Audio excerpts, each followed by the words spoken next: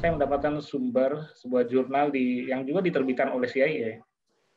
Jurnal itu menarik, yang ditulis oleh William J. Rush. Dia membahas tentang operasi OSS di Indonesia, namanya Operasi Iceberg. Jadi dari 45 itu sudah masuk tim dari Amerika Serikat. Kemudian berlanjut, OSS ini mengalami perubahan sampai kemudian di tahun 47 menjadi CIA. Dan saya singgung di dalam buku ini juga operasi pertama CIA dan agen CIA pertama yang hadir di Indonesia. Bahkan operasi-operasi CIA kemudian juga sampai kepada tahap yang sangat menakutkan, ya, upaya-upaya pembunuhan yang dilakukan oleh CIA.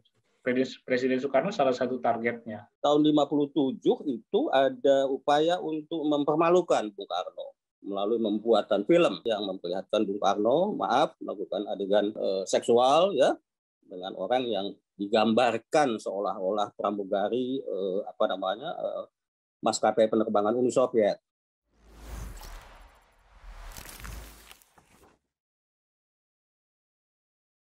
Selamat pagi kepada para peserta yang hari ini sudah mulai masuk dalam room. Nah, kita baru saja memulai acaranya, terlambat 1 menit karena serunya pembicaraan sebelum acara berlangsung. Ya, begitu. Jadi pada pagi ini kita akan melakukan bedah buku operasi rahasia CIA di Indonesia. Sebagai informasi, buku ini saat ini sedang cetak ulang kelima, ya Mas Henry, ya. Selamat untuk Mas Henry. Diterbitkan pada bulan Desember 2020. Dalam waktu cepat kita sudah berani untuk mencetak ulang kelima di masa pandemi ini. Jadi, cukup jarang buku yang cetak ulang di masa pandemi. Dan buku ini spesial karena sudah mencapai cetakan kelima. Lalu pada pagi hari ini kami ingin memastikan bahwa acara ini akan dipandu oleh moderator Mas Iman Santosa. Namun sebelum acara dimulai, kami memberi kesempatan kepada Mas Tri Agung Krisnanto, Wakil Pemimpin Redaksi Harian Kompas, untuk dapat memberikan dua patah kata yang untuk menyambut acara ini. Silakan Mas Tri Agung. Terima kasih Mas Patris. Karena kalau dua patah kata, saya cuma menyampaikan terima kasih gitu aja. Jadi, iya. Selamat pagi teman-teman. Saya lebih suka menyapa teman-teman karena rasanya menjadi sangat dekat. Sebagai teman, sebagai sahabat itu lebih dekat rasanya. Monggo, silakan Mas Ri. Ya, pagi ini teman-teman, kalau kami di Kompas biasanya sahabat Kompas menyapanya, sahabat Kompas. Pagi hari ini kita akan membicarakan sebuah buku yang saya percaya sangat menarik, dan ini sudah dibuktikan dengan sudah cetak ulang yang kelima dalam waktu 5 bulan. Sudah cetak ulang yang kelima, luar biasa tentu saja minatnya, dan banyak hal di masyarakat kita, kalau urusannya dengan rahasia, urusannya dengan CIA, urusannya dengan Amerika, itu pasti menimbulkan saya nyebutnya kadang kegaduhan, tapi kegaduhan itu juga muncul karena keinginan orang untuk tahu. Dan Mas Henry Isna ini memang jeli melihat ini, dan saya kira bukan hanya jeli, tapi pengetahuan yang sangat memadai, sangat mumpuni untuk menguraikan ini sebagai seseorang yang belajar sejarah. Dan terima kasih untuk kepercayaannya kepada Kompas, kepada penerbit buku Kompas untuk menerbitkan buku yang menarik ini. Saya terus terang, saya di rumah, saya nggak bawa bukunya karena bukunya ada di kantor. Jadi terima kasih untuk kepercayaannya kepada Kompas. Terima kasih untuk kesediaannya berbagi kepada sahabat Kompas tentu saja dengan menerbitkan buku ini. Dan selain Mas Henry, terima kasih juga kepada Pak Edward Lukman yang seorang sejarawan senior. Meskipun bukan latar belakang sejarah, tapi sejarah itu kan mewarnai hidup kita, Pak Edward, ya. Pak Iya, Edward, terima kasih Mas Tri. Semuanya sudah, kita ini hidup dengan sejarah, jadi yang selalu juga memberikan warna yang berbeda dalam pembicaraan-pembicaraan kita terkait dengan sejarah, khususnya di penerbit buku Kompas, di Kompas, tentu saja. Dan hari ini Mas Iwan Santoso, Iwan Ong, wartawan Kompas yang akan memandu, dan Mas Iwan adalah salah satu dari sedikit, saya harus katakan sedikit, wartawan Kompas yang betul-betul mendalami persoalan sejarah. Meskipun kalau latar belakang pendidikannya, Mas Iwan pun juga bukan dari sejarah, tetapi Mas Iwan sangat peduli dan sangat mendalami persoalan-persoalan sejarah, apalagi yang terkaitan dengan sejarah pertahanan, sejarah politik, sejarah internasional itu Mas Iwan. Jadi saya percaya dalam diskusi dan buku hari ini, saya tidak menyebutnya sebagai peluncuran karena bukunya sudah diluncurkan sebelumnya. Ini pasti akan menarik karena perpaduan antara kekayaan pengetahuan dan kajian yang dimiliki oleh Mas Henry akan bertemu dengan pengalaman dan ketenangan Pak Edward, Pak Edu, dan kekritisannya tentu saja yang akan dipadukan dengan Mas Iwan untuk memandukan. Saya tidak ingin berpanjang kata karena ini adalah panggung Mas Henry, panggung cerita operasi rahasia CIA di Indonesia, dan kita percaya bahwa lebih baik kemudian membaca buku atau menuliskan buku, karena itu akan terus bisa dikenang, bisa diulang, dan bisa kemudian diteruskan pada generasi-generasi berikutnya. Saya ingat satu pepatah Latin menutup diskusi pembukaan ini adalah verba volen scripta manen. Sesuatu yang dibicarakan itu gampang menguap, tetapi sesuatu yang ditulis itu akan lebih permanen dan kemudian itu bisa diturunkan kepada generasi-generasi berikutnya sebagai sebuah pengetahuan yang akan semakin mendewasakan bangsa ini.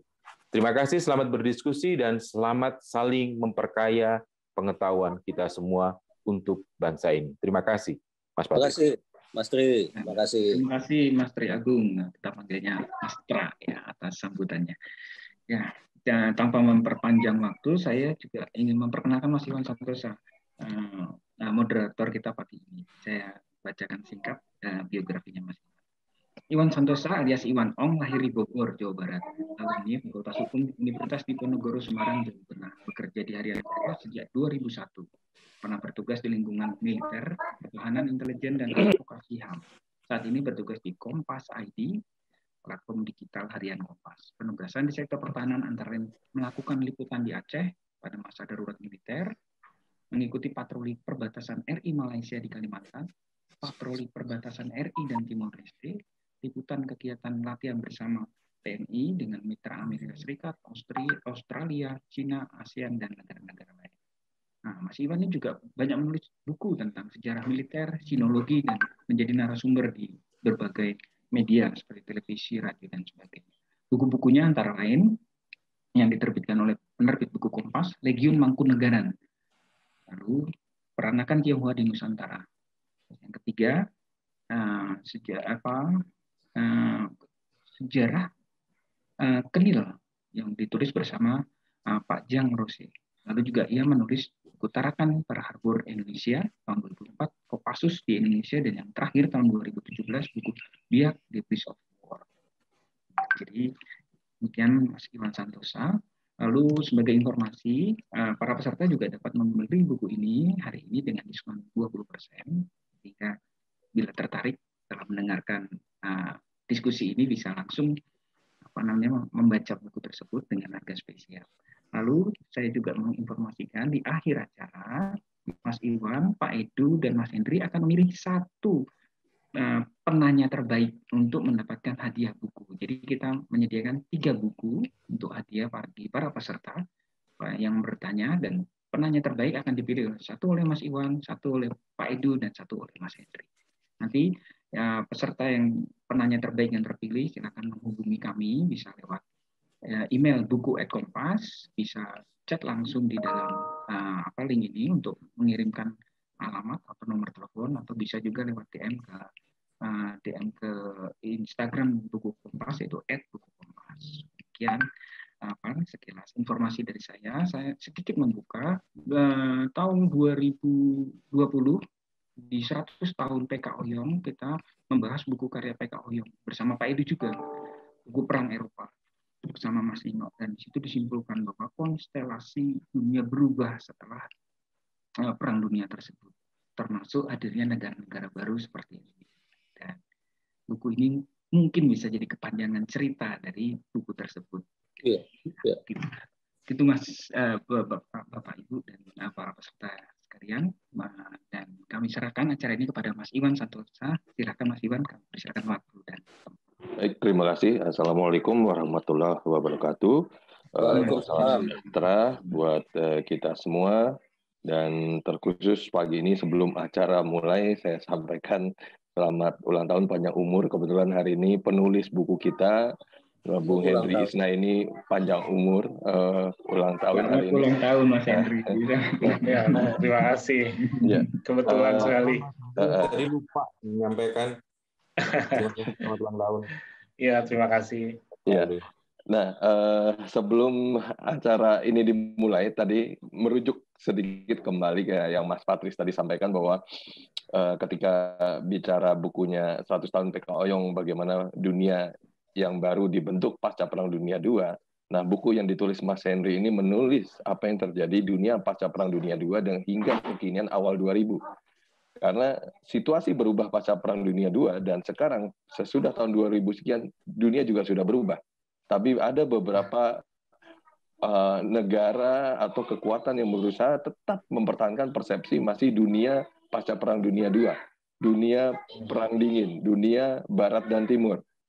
Padahal zaman sudah berubah. Masih ada kekuatan-kekuatan hegemoni yang berusaha mempertahankan ada si A dan si B. Ada yang jahat dan ada sisi yang baik. Dan sisi yang baik dipersepsikan terus baik dengan budaya populer, dengan film-film layar lebar, dan sosial media, dan lain-lain yang memang menjadi salah satu alat perpanjangan kekuasaan dan kekuatannya. Padahal hari ini, 2000 sekian, kita bicara kerjasama, dunia yang berubah, bagaimana tataran yang lebih seimbang untuk semua, bukan untuk A dan B, tapi untuk semua. Karena ini bumi kita bersama. Nah, saya bacakan biografi penulis buku Operasi Rahasia CIA di Indonesia, Bung Henry Isna ini. Lahir di Lebak, Wong Banten nih, dari jurusan Filsafat dan Agama Universitas Paramadina.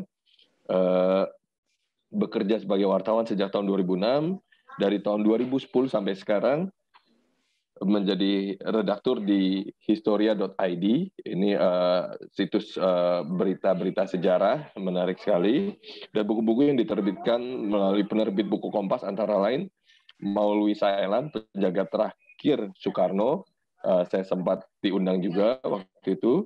Kemudian Bobby Earl Freeberg, mantan pilot Angkatan Laut Amerika Serikat, berjuang untuk kemerdekaan Indonesia. Ini menarik, cerita tentang Bobby Freeberg, mantan pilot US Navy, yang membantu perjuangan Indonesia. Lalu Kolonel Infantri Agus Hernoto, legenda pasukan komando. Beliau seorang senior Kopassus, yang kemudian terlibat di Opsus di bawah Pak Beni Murdani. Kemudian bukunya sebelum yang buku CIA adalah Legend TNI Purnawirawan Ahmad Wiranata Kusuma, Komandan Siluman Merah, menceritakan zaman perang kemerdekaan Republik Indonesia tentang Pak Ahmad Wiranata Kusuma. Kebetulan putranya beliau kemudian menjadi Direktur Badan Intelijen Strategis BAIS TNI. Nah, itu sepintas tentang Bung Henry, yang karya-karyanya jangan syarat makna. Kemudian kita kepada biografi pembahas Pak Edward Lukman. Beliau lahir di Jakarta, lalu belajar komunikasi di Fakultas Ilmu Sosial Ilmu Politik Universitas Indonesia dan University of Hawaii di Manoa, Amerika Serikat. Kemudian melakukan magang penelitian komunikasi di East West Center di Honolulu, Amerika Serikat. Dan beliau banyak mendalami bidang-bidang soal militer, isu-isu strategis, dari tahun 70-an sampai sekarang. Jadi banyak sekali yang kita bisa gali dari kedua narasumber. Selanjutnya saya serahkan kepada para panelis. Waktu dan tempat kami persilahkan.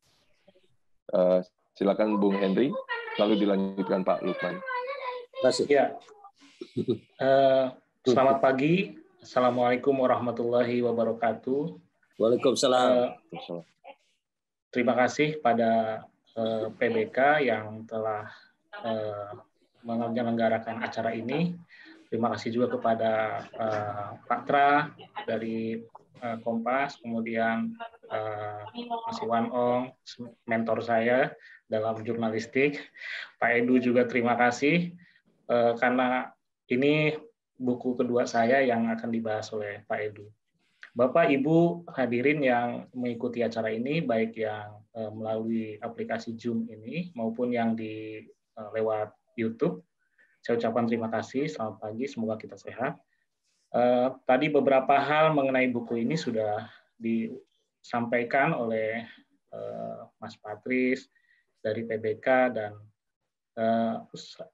buku ini terbit akhir Desember tahun 2020, dan cukup mengejutkan sekali. Saya juga tidak menduga gitu mendapat kabar bahwa buku ini sudah mau cetak kelima begitu. Di tengah situasi pandemi begini yang hanya mengandalkan penjualan online ya, karena toko-toko buku beberapa sebagian besar masih tutup begitu. Tapi antusiasme terhadap buku ini cukup lumayan melalui media online gitu. Dan umpan balik atau feedback ke saya pun cukup banyak dan positif. Barangkali di antara Ibu dan Bapak mungkin sudah ada yang memiliki buku ini dan membacanya dan tentu mengetahui isinya. Saya kira ini menjadi kesempatan yang baik buat saya juga untuk menerima masukan dan informasi dari Bapak Ibu yang sudah membaca buku ini. Jadi buku ini berupa kumpulan tulisan saya di media Historia ID, tempat saya bekerja sejak 2010. Jadi media Historia ID itu majalah dulu majalah sejarah, dan sekarang kita hanya menerbitkan secara online gitu. Jadi memang kalau ingin menyinggung latar belakang, betul saya bukan dari jurusan sejarah, tapi saya bekerja di media sejarah dan memiliki minat yang besar terhadap sejarah. Sejak pertama menerbitkan buku tahun 2008 sudah buku sejarah gitu. Dan sejak itu sampai sekarang saya coba konsisten untuk terus menerbitkan buku sejarah. Buku-buku saya yang terbit di penerbit buku Kompas sejak 2014 juga rata-rata buku sejarah, terutama memang buku-buku biografi ya, yang sudah tadi disampaikan oleh Mas Iwan. Dan baru di buku terbaru ini saya mencoba keluar dari tema biografis gitu, lebih ke tema peristiwa. Dan ini tentang sejarah intelijen, sejarah operasi rahasia CIA di Indonesia. Saya coba menelusuri sejarah operasi CIA ini sejak agak lompat-lompat sih. 2014 saya sudah mulai gitu ya, tapi tidak intens. Kemudian baru di tahun 2019 saya kira malahan ya. 2019 dan awal 2020 saya cukup intens hari-hari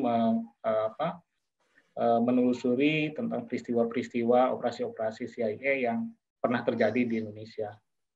Jadi di dalam buku ini secara garis besar terdapat 36 tulisan yang bisa dibaca satu persatu dan mendapatkan cerita tersendiri, tapi juga ada yang saling keterkaitan antara satu tulisan dengan tulisan yang lain. Sesuai dengan judulnya, saya mencoba mencari tahu sejauh mana keterlibatan Amerika Serikat di dalam sejarah Indonesia. Dan ternyata Amerika sudah hadir di Indonesia dalam operasi intelijen, ataupun masih dalam taraf yang mengumpulkan informasi saya kira ya. Pada awal-awal kemerdekaan itu sudah masuk. Jadi ketika pendaratan sekutu, tim dari lembaga intelijen Amerika sudah masuk ke Indonesia. Pada waktu Perang Dunia II, setelah Perang Dunia II, lembaga intelijen Amerika Serikatnya masih dalam bentuk organisasi yang sederhana dan tujuannya juga cuma mengumpulkan informasi saja yang diberikan kepada Presiden Amerika Serikat sebagai bahan pertimbangan untuk membuat kebijakan luar negerinya. Nah, di buku ini saya mengawali dari masuknya tim OSS. OSS ini lembaga intelijen pendahulu CIA. Jadi ternyata saya mendapatkan sumber sebuah jurnal yang juga diterbitkan oleh CIA. Jurnal itu menarik, yang ditulis oleh William J. Rush. Dia membahas tentang operasi OSS di Indonesia, namanya Operasi Iceberg. Jadi dari 45 itu sudah masuk tim dari Amerika Serikat. Kemudian berlanjut, OSS ini mengalami perubahan sampai kemudian di tahun 47 menjadi CIA. Dan saya singgung di dalam buku ini juga operasi pertama CIA dan agen CIA pertama yang hadir di Indonesia. Jadi sejak awal kemerdekaan tadi, memang Amerika sudah mulai masuk dan seterusnya saya kira terus memperkuat posisinya di Indonesia, memperkuat gerakannya di Indonesia, apalagi kemudian setelah Indonesia merdeka pada masa Perang Dingin, kalau di masa Orde Lama itu konstelasi politiknya sangat cukup keras, sehingga Amerika punya kepentingan yang sangat besar terhadap Indonesia. Kita tahu bahwa pada masa Orde Lama di Indonesia terdapat kekuatan politik Partai Komunis Indonesia yang sangat kuat, dan itu menjadi perhatian besar buat Amerika Serikat. Di satu sisi itu, di sisi lain Indonesia memiliki seorang presiden yang sangat populer, bahkan saya kira mampu menggerakkan solidaritas negara-negara Asia Afrika yang belum merdeka gitu. Jadi Presiden Soekarno mampu mendorong ke negara-negara tersebut sehingga Amerika merasa ini juga menjadi gangguan terhadap kepentingan Amerika yang menginginkan negara-negara ini terbelah menjadi timur dan barat. Jadi dua target itu saya kira yang menjadi target utama CIA pada masa-masa Orde Lama. Dan di buku ini saya coba uraikan operasi-operasi seperti apa yang dilakukan oleh CIA. Memang pada saat itu setelah Indonesia merdeka, operasi CIA saya kira terus meningkat. Ya, pada awalnya mungkin hanya sekedar mengumpulkan data informasi gitu ya. Tapi kemudian meningkat pada tahap bagaimana caranya mempengaruhi dan mengubah situasi politik di Indonesia. Bahkan operasi-operasi CIA kemudian juga sampai kepada tahap yang sangat menakutkan ya, upaya-upaya pembunuhan yang dilakukan oleh CIA. Presiden Soekarno salah satu targetnya di antara pemimpin-pemimpin pergerakan pada masa itu. Sehingga di beberapa kejadian diduga itu juga upaya untuk menghabisi Presiden Soekarno misalkan.